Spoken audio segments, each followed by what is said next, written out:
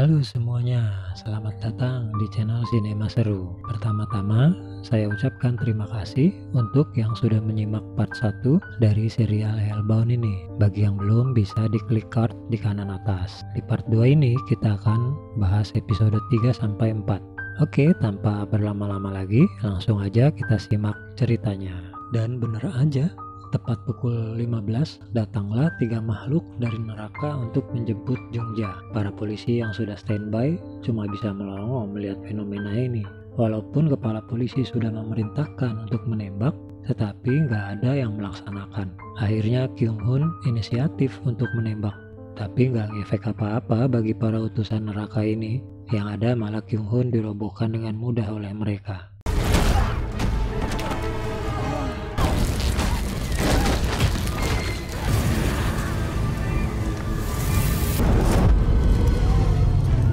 Kemudian terlihat Unpyo langsung sujud dan diikuti oleh orang-orang yang ada di sana.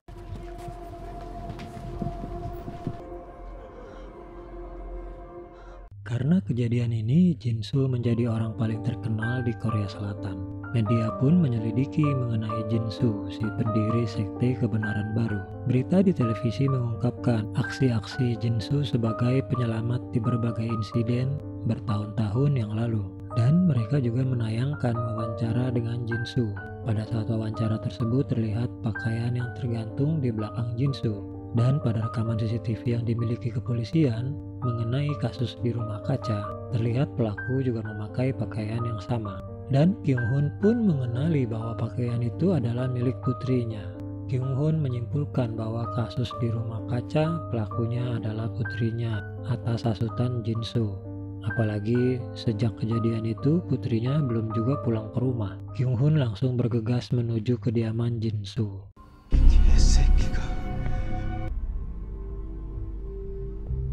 Dan si topeng tengkorak kembali live streaming memprovokasi masyarakat. Dia menunjukkan rekaman saat penjemputan Jungja dan mengatakan bahwa di antara orang-orang yang bersujud menghormati peristiwa hukuman Tuhan tersebut, ada orang-orang sombong yang masih keras kepala menolak tanda dari Tuhan, yaitu pengacara dari Biro Hukum Sodo dan juga detektif Kyung Hun yang berusaha menembaki para utusan dari neraka, dan dia meminta agar para anggota Arrowhead menghukum mereka.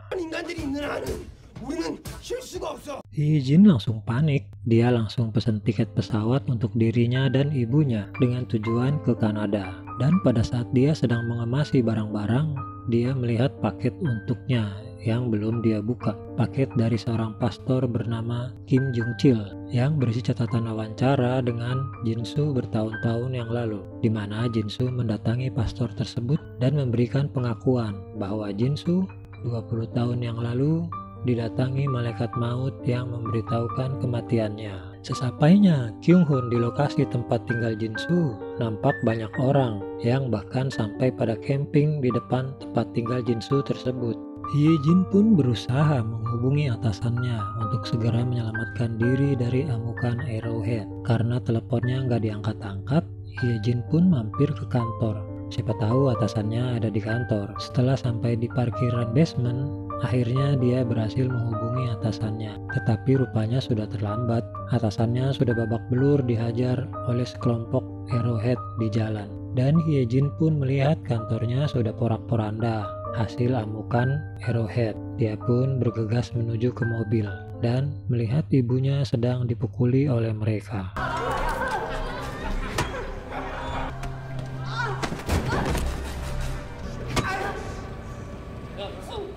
Kemudian Hye-jin membawa ibunya ke rumah sakit. Orang-orang di rumah sakit melihatnya sambil saling berbisik. Rupanya video Hye-jin dipukuli oleh kelompok Arrowhead sudah viral di internet. Lalu Hye-jin mendatangi ibunya dan ternyata nyawa ibunya sudah nggak tertolong. Apalagi belum sempat diambil tindakan oleh pihak rumah sakit. 보호자님 여기 들어오시면 안 되세요. 이미 들어가셨어요. Kembali ke Kyung Hun. Kyung Hun pun menerobos kerumunan orang-orang dan menjebol pintu kediaman Jinsu. Ternyata Jinsu sudah nggak ada di sana. Kyung Hun kembali ke mobil sambil terus menghubungi Jinsu. Sementara masyarakat yang marah dengan Kyung Hun kemudian mengeroyok Kyung Hun. Lalu terlihat panggilan dari Jinsu pada telepon Kyung-hun. Jinsu meminta agar masyarakat berhenti memukuli Kyung-hun karena Kyung-hun akan menemui dirinya. 여러분 안녕하세요. 거기 진경훈 형사님 좀 저한테 보내주세요. Kemudian Jinsu mengatakan kepada Kyung-hun bahwa dia akan mengirimkan alamat di mana dia berada sekarang. 지금 어디야 이 새끼야? 지금 이 전화 끊고 제가 주소 하나 보내드릴게요. Kita kembali ke Hyejin. Hyejin rupanya mendatangi alamat Pastor Kim Jong-chil. Lalu pastor tersebut memutar file rekaman wawancaranya dengan Jinsu. Dalam wawancara tersebut, Jinsu menceritakan pada waktu dia masih di panti asuhan, dia didatangi malaikat maut yang mengatakan bahwa dia akan mati 20 tahun lagi tepat pukul 22.30 dan dia akan masuk neraka. 20년 후 오후 22시 30분에 그리고 너는 지옥에 간다. Pada saat yang bersamaan, Kyung-hun sudah sampai di lokasi yang dikirimkan Jinsu kepadanya, sebuah panti asuhan yang sudah terbengkalai. Dan Jinsu akan mengatakan keberadaan putrinya setelah dia selesai bercerita, bahwa tepat 20 tahun yang lalu, di tempat ini, dia didatangi malaikat maut yang mengabarkan waktu kematiannya. Jinsu bingung apa dasarnya yang menyebabkan dia bakal masuk neraka. Dia merasa menjalani hidup dengan benar. Dia nggak pernah bohong, katanya. Bahkan mencuri pensil aja nggak pernah. Kyung-hun yang kesal dengan ocehan Jinsu menanyakan kalau gitu kenapa dia melibatkan putrinya. Dan Jinsu menjawab, karena dia tertarik dengan omongan Kyung-hun bahwa Tuhan memberikan kepercayaan untuk memilih kehendak bebas bagi manusia. Oleh karena itu, dia melibatkan putrinya untuk membiarkan kehendak bebas manusia yang dipilih oleh putrinya untuk balas dendam atas kematian ibunya. 형사님의 자율성에 세상을 맡길 겁니다. Dan setelah didatangi malaikat maut, Jinsu hidup dalam ketakutan selama 20 tahun ini. Tapi dia mengambil kesimpulan bahwa rasa takut itulah yang membuat manusia menjalani hidup dengan lebih bijaksana. 세상을 전보다 훨씬 더 정의롭게 만들 거예요. Singkat cerita, waktunya pun tiba. Jinsu pun mengatakan bahwa putri Kyung-hun sekarang sudah pulang ke rumah. Kemudian Jinsu langsung duduk menyiapkan diri. Dan gak pakai lama, muncullah 3 utusan neraka menjemput Jinsu.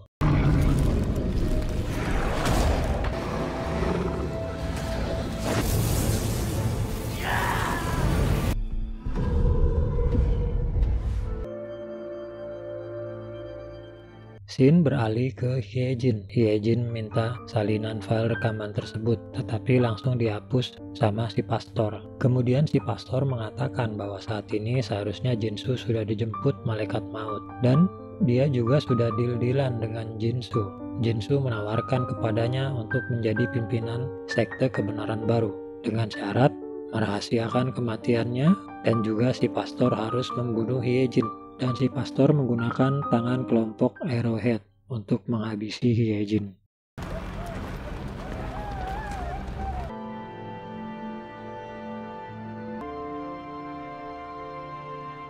Empat tahun berlalu.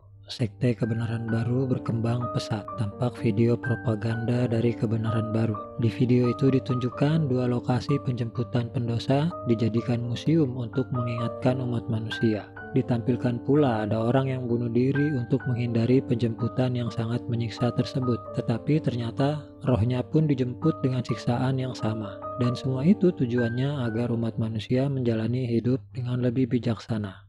인간이 더 정의로워지는 길에 여러분과 함께합니다.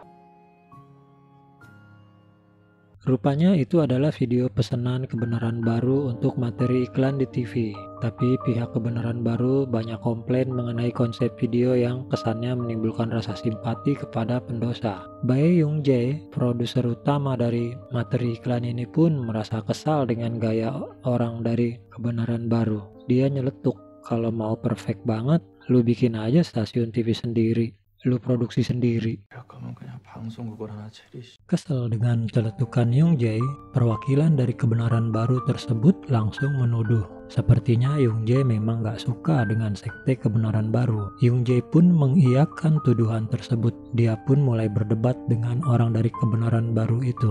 Perdebatan berlangsung sengit sampai-sampai nyebut neraka segala. 벌 주어서 더 나은 세상을 만드시겠다. 그런 데가 하나 더 있죠. 지옥이라고. 얼른 Bosnya Young Jae langsung menengahi. Dia menjanjikan akan merevisi materi video tersebut. Kemudian memerintahkan Young Jae dan Junwon untuk segera melakukan revisi sesuai keinginan sekte kebenaran baru. 아 국장님. Young Jae kemudian menemui editornya untuk melakukan revisi. Sementara ketika dia mendatangi meja Junwon untuk menanyakan naskah wawancara, Junwon tidak ada di tempat. Lalu secara nggak sengaja, Young Jae menemukan kartu nama bertuliskan pinjaman cepat Sodo.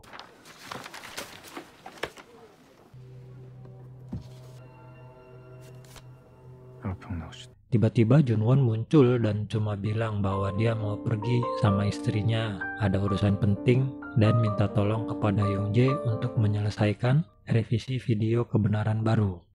와이프랑 어디를 좀 가기로 했어. 마무리 좀 잘해줘. Singkat cerita, Young Jae sudah menyelesaikan pekerjaannya dan sekarang dalam perjalanan menuju ke rumah sakit. Istri Young Jae baru saja melahirkan anak pertama mereka. Tapi istri Junwon menelpon Young Jae dan menanyakan tentang suaminya. Young Jae heran karena Junwon bilang kalau dia ada urusan penting sama istrinya. Tapi istrinya malah nelpon dan bilang kalau Junwon belum pulang-pulang. Dan istrinya Junwon minta tolong ke Young Jae untuk mencarikan suaminya. 준원 씨랑 연락이 안 돼서요. 아 그럼요. 아까 저기 형수님하고 약속했다고 먼저 나갔는데. 도박 중독이라고도 하고. 아닐 텐데. 한번 알아볼게요. 네, 감사합니다. Young Jae pun mendatangi lokasi pemancingan Yangpyeong yang tertulis di belakang kartu nama pinjaman Sodo itu. Sampai di lokasi, dia melihat Junwon yang sedang duduk sendirian. 형.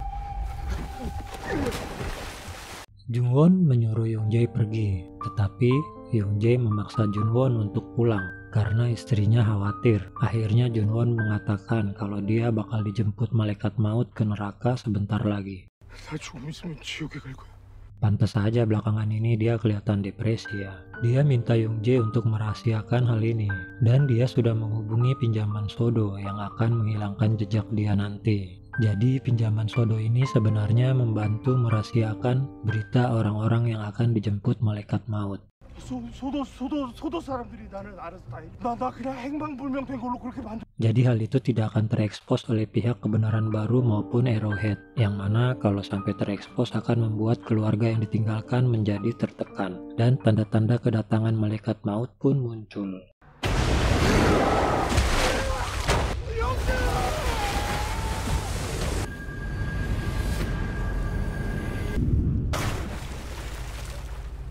Gak lama kemudian, datang rombongan orang-orang yang langsung membersihkan lokasi.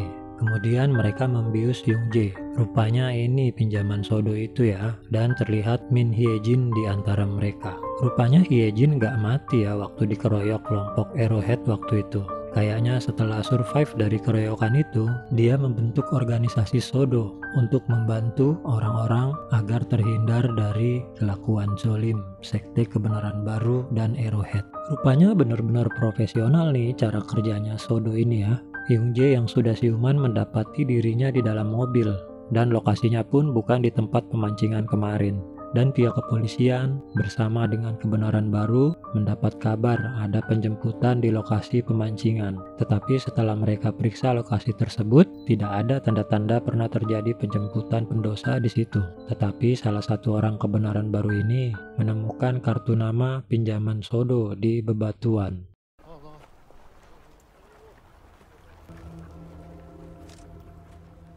Kembali ke Young Jae. Young Jae pun pergi ke rumah sakit. Sesampainya di sana, dia heran melihat istrinya lemes dan gak semangat gitu. Istrinya cuma menyodorkan HP-nya yang sedang menampilkan sebuah video. Dan Young Jae pun bengong melihat video tersebut. Dan film pun selesai. Makin seru aja nih ya ceritanya. Gimana bisa kok ya bayi yang baru lahir bakal masuk neraka. Kan bayi baru lahir masih polos, belum bikin dosa. Nah, terus Youngjae dan istrinya bakal pasrah aja atau gimana nih mengenai nasib putra mereka? Silakan disimak di part 2 ya. Oke, terima kasih sudah menonton. Sampai jumpa di alur cerita sinema seru selanjutnya.